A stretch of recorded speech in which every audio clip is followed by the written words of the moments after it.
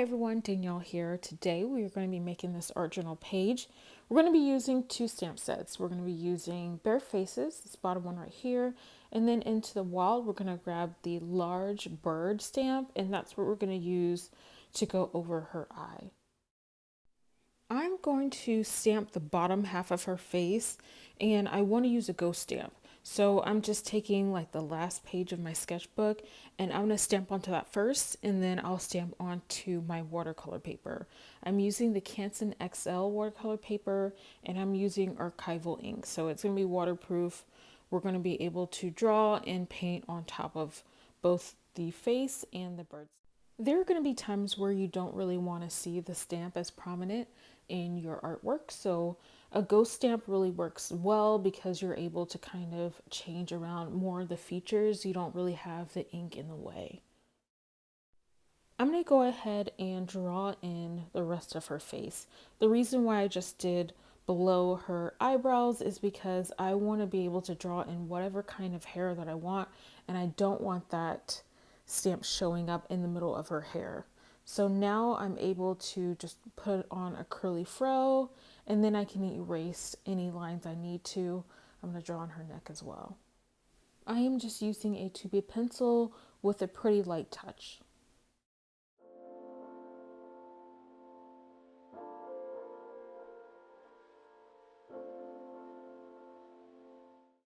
I'm going to use that same gray ink, and I am going to stamp the bird a few times. I'm not going to re-ink it. I'm just going to stamp it out and see which one I like.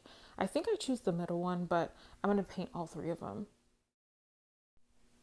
Now for my watercolors, I'm using Kiritaki watercolor set.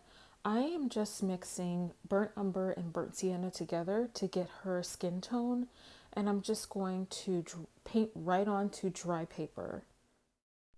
I will have a list of everything that I use right down below in the description box, so if you have any questions you can go down there and find out what I'm using.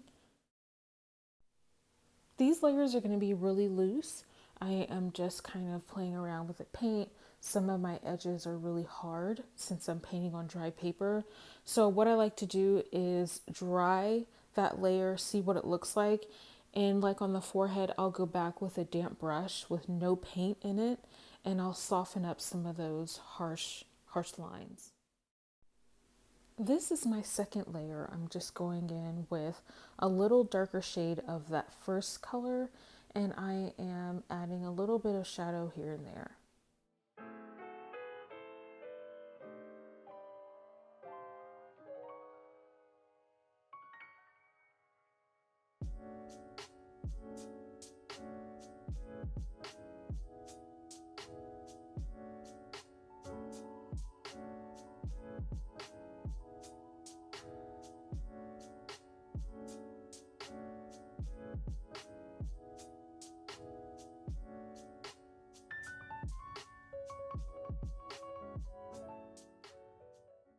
I did add a little bit of pink to, or that's more like a purple, to her face, but it really didn't show up like I wanted it to, so I mainly just used it for her lips. And then I'm gonna go back later and add more pink tones with some colored pencils. Sometimes I'm not sure what color I want the hair to be until I put it down. So I started off with a brown color and then switched over to black.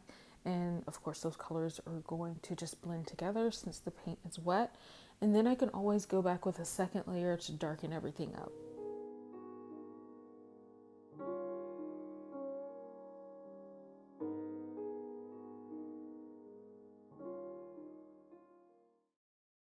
I actually have paper towels on the right side of me, and that's why you see me keep moving my brush over there, my hand over there. I'm left-handed. I don't know why I normally have everything on the left side, but yeah, just in case you're wondering, because I know it's out of frame.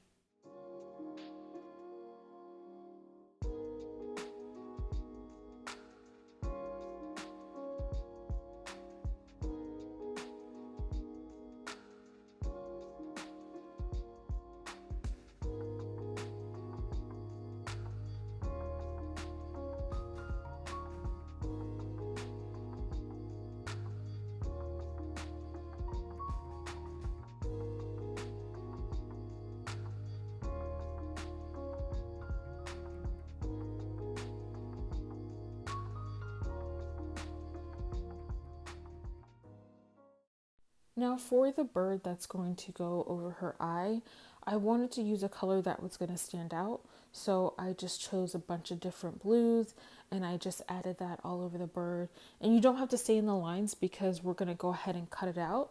So I just went and covered that in a few different layers until I liked the payoff.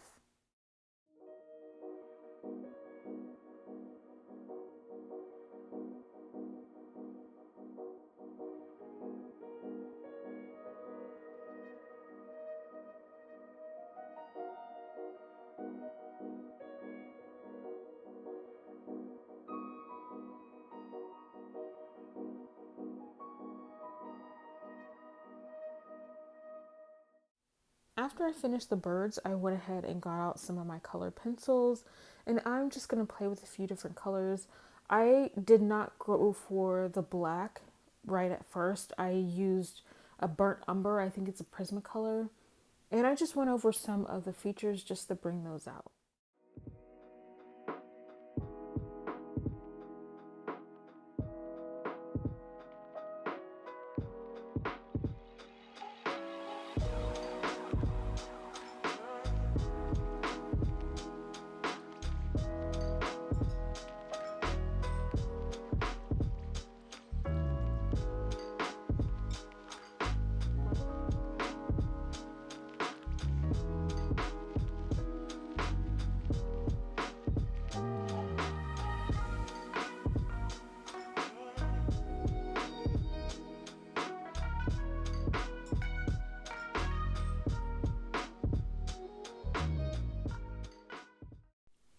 To finish off the face, I just grabbed my Posca pen and I just made some highlights in the eyes. Once the birds are dry, you can kind of choose whichever one you like. And I chose the middle one. And I am going to have to figure out how to line up her eye in the center of the bird. It's not easy. The first time I did this, it didn't turn out that great. So I figured I would just get the bird as small as I could just so I could see the outline and just kind of go for it and see how close I would get it. I got lucky this time. I didn't have to do it over, so that's nice to have more than one bird so that if you mess up and get the eye completely off, at least you'll have another one. And then I just use my Exacto knife to cut that out.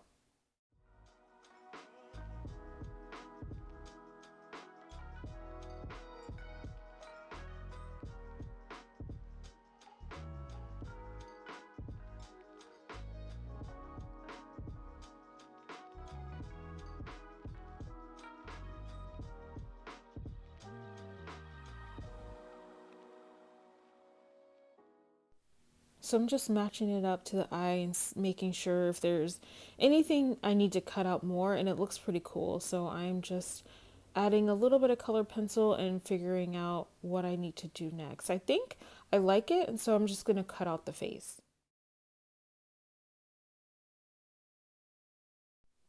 I am covering up some old papers, some old pages in my art journal. This is the Dina Wakley 6x6 journal, and I don't like these pages, so I just started gessoing over those.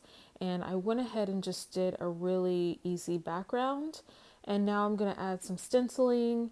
I'll leave all the colors that I used on the background, and this stencil is by Julie Fayfam Balzer, and I love the script in this one, so I'm just using two different colors with a dry brush just to add a little bit of texture.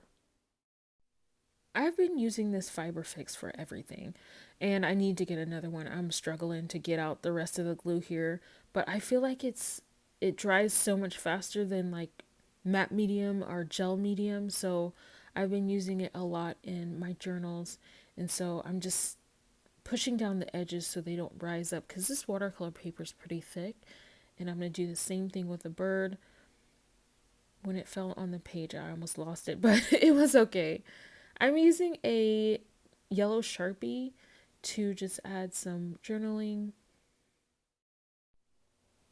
I'm just going to look back at the other pages just to see if I'm missing anything, and I'm going to add some earrings in. This actually took me forever to figure out what kind I wanted to use because I wanted them to stand out. So This paper is just some handmade paper I think I got from Megan. She sent in a snail mail, so I've been holding on to the last few scraps of it. So that is about it for this page. I hope you all enjoyed it. If you try it out, please let me know and tag me on Instagram, or you can join the Facebook group and post it over there.